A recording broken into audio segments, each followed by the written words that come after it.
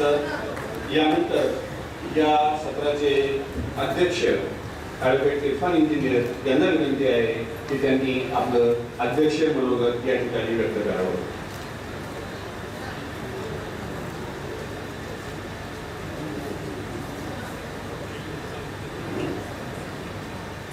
साथियों, सबसे पहले मैं आज की इस सभा के जो आयोजक हैं उसका बहुत बहुत धन्यवाद करना चाहता हूँ कि उन्होंने एक बहुत अच्छे मौके पर, बहुत महत्वपूर्ण विषय पर ये सभा यहाँ आयोजित की है. मैं अपना वक्तव्य एक गज़ल पढ़ के शुरुआत उसकी करना चाहता हूँ. ये गज़ल राहत इंदौरी की है, उन्होंने लिखी है. मैं जो आपके सामने पेश करना चाहता हूँ और उसके बाद अगर खिलाफ है होने दो, जान थोड़ी है. अगर खिलाफ है होने दो, जान थोड़ी है. ये सब धुआं है, आसमान थोड़ी है. लगेगी आग तो आएंगे घर के ही जद में. लगेगी आग तो आएंगे घर के ही जद में. यहां सिर्फ हमारा मकान थोड़ी है. हमारे मुंह से जो निकले वही सदाकत है. सदाकत यानी सच. कन्हैया जब कहते हैं कि हमें सामंतवाद से आज़ादी चाहिए, ब्राह्मणवाद से आज़ादी चाहिए, पूंजीवाद से आज़ादी चाहिए, वो सदाकत है. हमारे मुंह से जो निकले वही सदाकत है. हमारे मुंह में तुम्हारी ज़बान थोड़ी है. मैं जानता हूं कि दुश्मन भी कम नहीं है. मैं जानता हूं कि दुश्मन भी कम नहीं है, लेकिन हमारी तरह हथेली पे जान थोड़ी है. और आज के इसके लिए जो आज साहिब मसनद है कल नहीं होंगे. जो आज साहिब मसनद है कल नहीं होंगे. किराएदार है, जाति मकान थोड़ी है. सभी का खून है शामिल इस मिट्टी में. सभी का खून है शामिल यहाँ की मिट्टी में. किसी के बाप का हिंदुस्तान थोड़ी है. साथियों, मैं बहुत ही संक्षिप्त में अपनी बात रखना चाहता हूँ. भाजपा वाले बार बार कांग्रेस ने इमरजेंसी लाई, कांग्रेस ने इमरजेंसी लाई, इसका जिक्र हमें बार बार याद दिलाना चाहिए. जी हाँ, कांग्रेस ने जिस तरीके से इमरजेंसी लाई वो उन्होंने राज्य सत्ता के द्वारा लाने की कोशिश की ताकि अपनी सत्ता बचाया जाए. तब हमारी आजादियां छीन गई थी. जो भी कांग्रेस का विरोधी था उनको जेल में डाल दिया. इतिहास हम जानते हैं, मैं यहाँ इस पर ज्यादा दोहराना नहीं चाहता. भाजपा की सरकार, आरएसएस, हिंदू राष्ट्रवादी, उससे भी भयानक इमरजेंसी हम पर आज लादे हुए.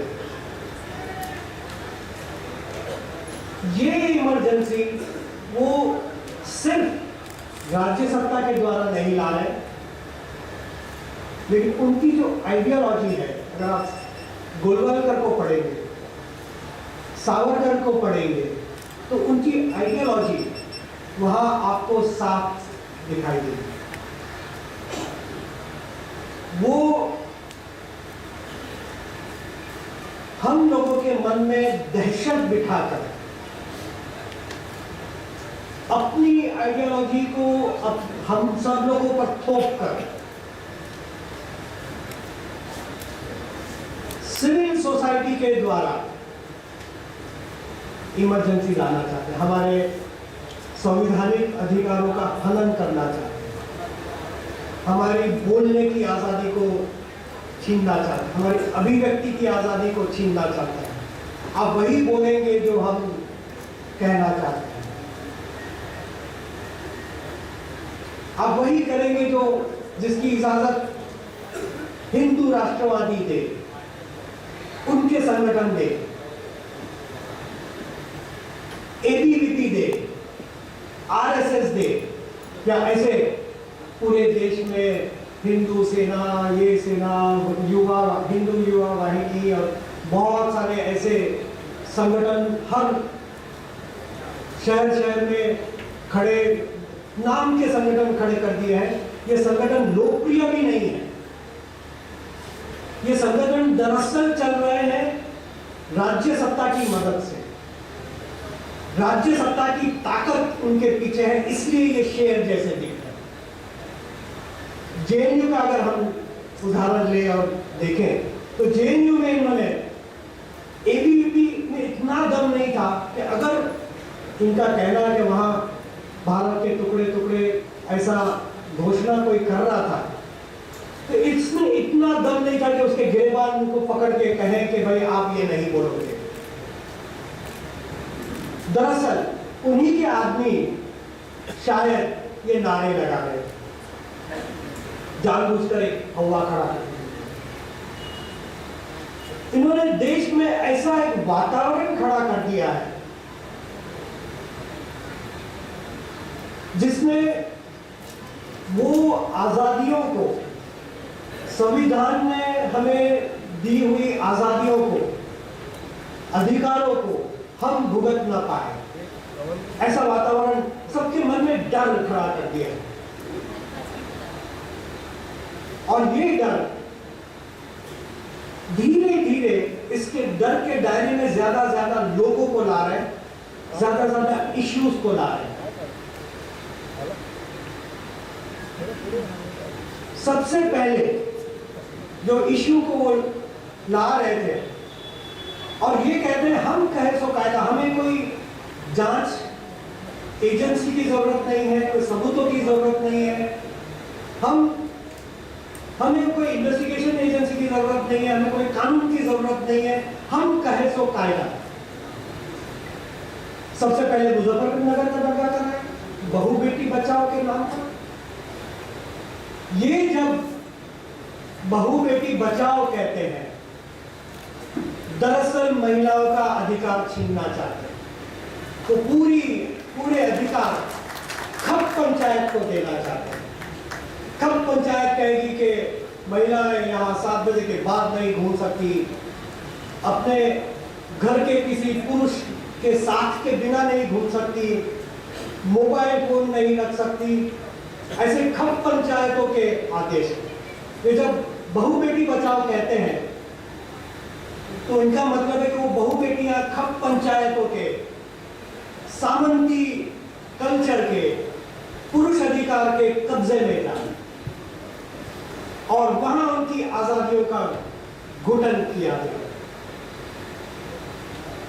और बेशर्म होकर ये कहते हैं, ऐसा नारा देते हैं कि बेटी को बचाओ, बहू को लाओ, यानी बेटी को किसी और धर्म में शादी करने से रोको, चाहे वो उसकी इच्छा से करती हो। और कर्नाटका में अभी जो एक युगल की शादी हुई, माँ बाप तैयार है, लड़की तैयार है, लड़का तैयार है, सब कुछ तैयार है, ये लोग बीच में आकर कहते हैं कि हम ये शादी नहीं होने देंगे क्योंकि अंतर्धान। तो बेटी बचाओ बहू को लाओ, यानी आप दूसरे समाज की औरतों पर हमला करके उसको लाएंगे। ऐसा ही मैसेज जा रहा है कि बेटी बचाओ बहू लाओ। इसके अंदर फिर उनको और एक इशू मिल गया, लव जिहाद। लव जिहाद से फिर घर वापसी, कि हम जबरदस्ती धर्मांतरण करेंगे और हिंदू धर्म में लाएंगे जो भी दूसरे धर्म के लोग हैं। ये मुद्दा भी नहीं चला, बहू बेटी बचाओ मुद्दा नहीं चला, लव जिहाद मुद्दा नहीं चला, क्योंकि एक्सपोज हो गए कि उनके ही एमएलए ने मेरठ में एक औरत के बाप को पैसा देकर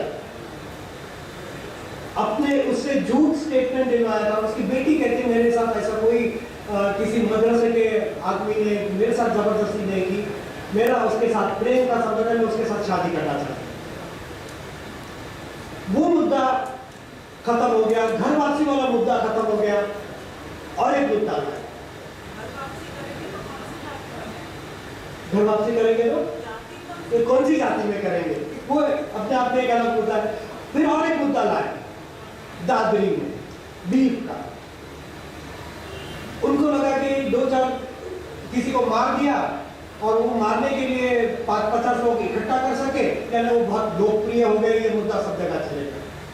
अब पूरे देश में इन्होंने कुछ गुंडों की टोलियां खड़ी कर रखी है जो वसूली करती है, जो भी जानवर का यातायात करता है, कत्ल खाने के लिए नहीं, यातायात ही करे, और गाय का नहीं, बैल का भी नहीं, भैंस हो बकरा हो, कोई भी जानवर का यातायात करे, तो वहां नाके पर खड़े रहकर वसूली करते हैं। और वसूली करने के बाद आपको चाहे तो गाय भी ले जाए, चाहे तो कत्ल खाने ले जाए, लेकिन हमको पैसा। फिर गाय का मुद्दा लाए, वो मुद्दा क्योंकि उसमें पैसा वसूली इन्वॉल्व था, तो बहुत सारे लोग गुंडे हिंदू धर्म से कोई वास्ता हो ना हो शामिल हो गए जगह जगह, और उनको पुलिस का प्रोटेक्शन नहीं, पूरा नेटवर्क है पुलिस के साथ। उसके बाद राष्ट्रवाद का मुद्दा है, यानी ये मुद्दों के दायरे बढ़ा रहे। उन्होंने सोचा कि हम अगर सिर्फ गो हत्या की बात करेंगे तो बहुत सारे सेक्युलर लोग इसके अंदर छूटे जाते हैं। हिंदू जो हमारे साथ एग्री नहीं है, जो हमारे साथ नहीं है, जो सेक्युलर है, वो छूटते जा रहे हैं। तो उनको फिर लाने के लिए उनकी मुराद उन हिंदुओं से थी जो एक तो सेक्युलर है, लेफ्टिस्ट है, अंबेडकरवादी है, लोहियावादी है, कि इनके साथ इत्तेफाक नहीं रखते। उनको फिर उस दायरे में लाने के लिए राष्ट्रवाद का मुद्दा उछाला है। ये मुद्दा भी एक बबल की तरह फटने वाला है, फट गया है। आज की सभा में जो गर्दी है, ये इसका एक सबूत है कि इस देश में वो राष्ट्रवाद का मुद्दा भी नहीं है। उन्होंने कहा कन्हैया राष्ट्रद्रोही है, मुकदमा लगा दिया, लेकिन कन्हैया जहां जहां जाते हैं वहां ये गर्दी होती है, यानी देश के लोगों ने उसको रिजेक्ट कर दिया कि ये राष्ट्रवाद, जिस तरीके का राष्ट्रवाद आपको चाहिए वो नहीं चलेगा।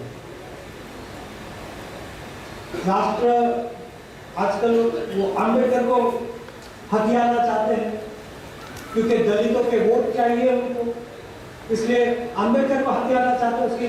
और इनके पास एक बहुत अच्छा तरीका है कि हार वार डाल दो, उनके स्टैचू को हार वार पहना दो, क्रेडिट ले लो, वोट मांग लो। गांधी ने ऐसा किया। इनके पास अपने आइकॉन तो है ही नहीं,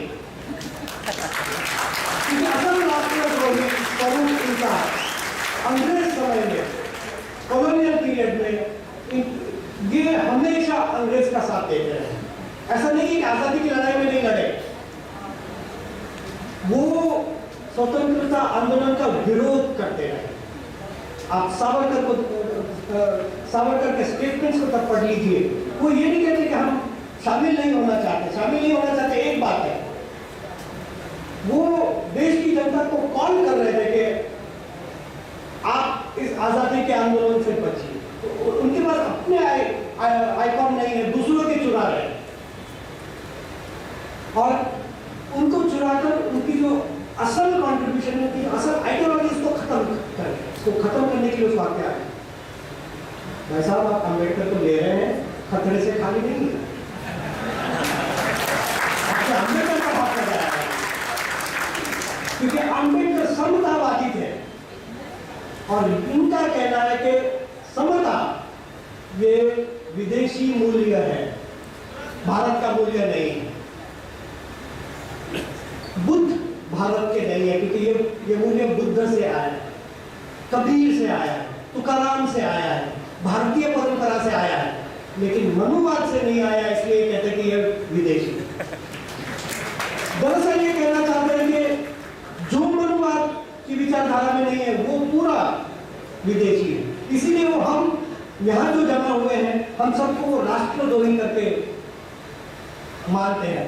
आजादी ये राष्ट्रद्रोह है, समता का विचार राष्ट्रद्रोह है, भाई बहन चारा ये राष्ट्रद्रोह है, मानव गरिमा का मूल्य जो हमारे भारत की परंपरा में है, इनके लिए वो राष्ट्रद्रोही है। अंबेडकर इस राष्ट्र की कल्पना को ऊपर हमेशा प्रश्न चिन्ह करते हैं। ये राष्ट्रवाद करते हैं। अंबेडकर इस राष्ट्रवाद के कल्पना पर प्रश्न चिन्ह हमेशा करते थे। अपने पाकिस्तान पर जो उन्होंने किताब लिखी और उसका जो दूसरा एडिशन है उसमें एपिलॉग लिखा, उस एपिलॉग में वो ये बात कहते हैं, माना उनका स्टेटमेंट है, माना कि भारत एक राष्ट्र नहीं है। कैसे भारत एक राष्ट्र हो सकता है? अम्बेडकर देखते थे कि जिस तरीके से दलितों का शोषण ब्राह्मणवादी कर रहे हैं, वो एक राष्ट्र कैसे हो सकता है? वो साफ कहते हैं, उनको शंका थी ये जो राष्ट्र की कल्पना है, और साथ में वो जिन्ना को कहते हैं कि राष्ट्रवाद की कल्पना पूरी दुनिया छोड़ रही है और अंतरराष्ट्रीयवाद की तरफ जा रही है। हिंदू धर्म में भी लिखा है वसुधैव कुटुंबकम, पूरा विश्व हमारा कुटुंब है। तो इनकी ये कल्पना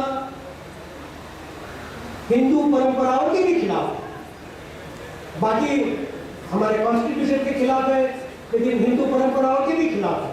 तो ये क्या हमें राष्ट्रवाद सिखाएंगे, जिन्होंने स्वतंत्रता आंदोलन में कभी कोई कुर्बानी नहीं दी और उसके बाद भी कभी कोई कुर्बानी नहीं दी। इन्होंने सिर्फ सपने दिखाए हमें, बड़े बड़े विकास के सपने, अच्छे दिन के सपने, और हमारा वोट चुराया, लूटा है हमारा वोट। भारत के जनता का वोट उन्होंने लूटा है, झूठे वादे करके।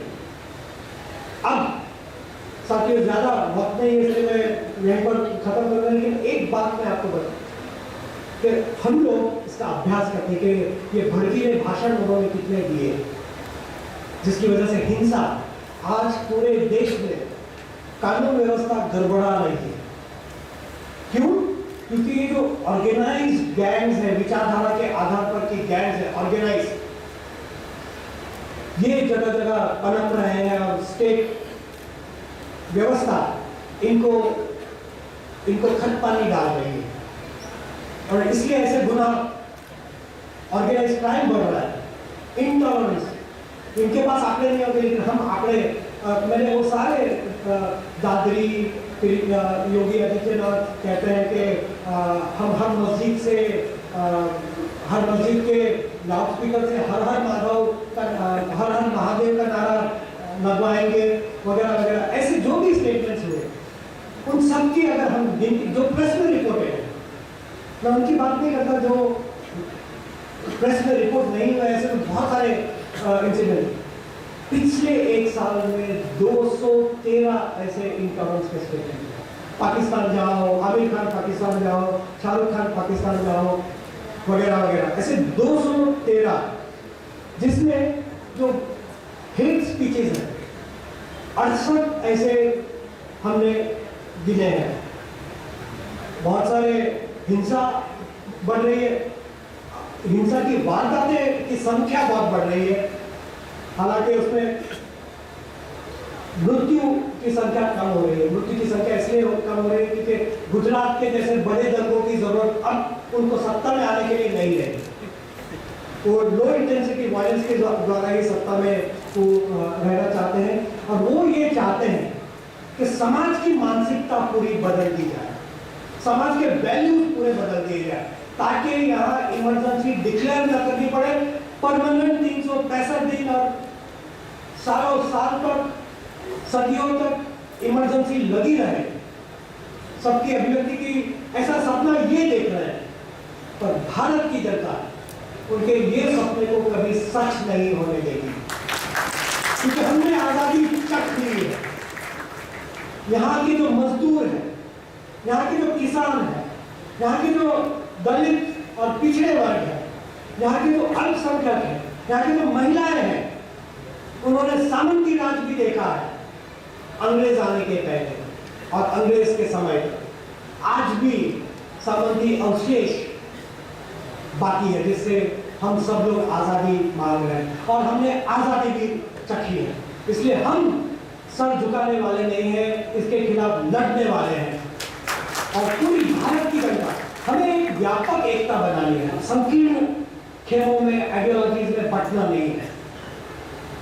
एक व्यापक आइडियोलॉजी बनाकर स्वतंत्रता को, कॉन्स्टिट्यूशन के जो प्रियम्बल है, उसका जो आमुख है, उस आमुख के जो मूल्य है, उसको एक आंदोलन बनाकर हम सबको एक साथ आकर लड़ना है।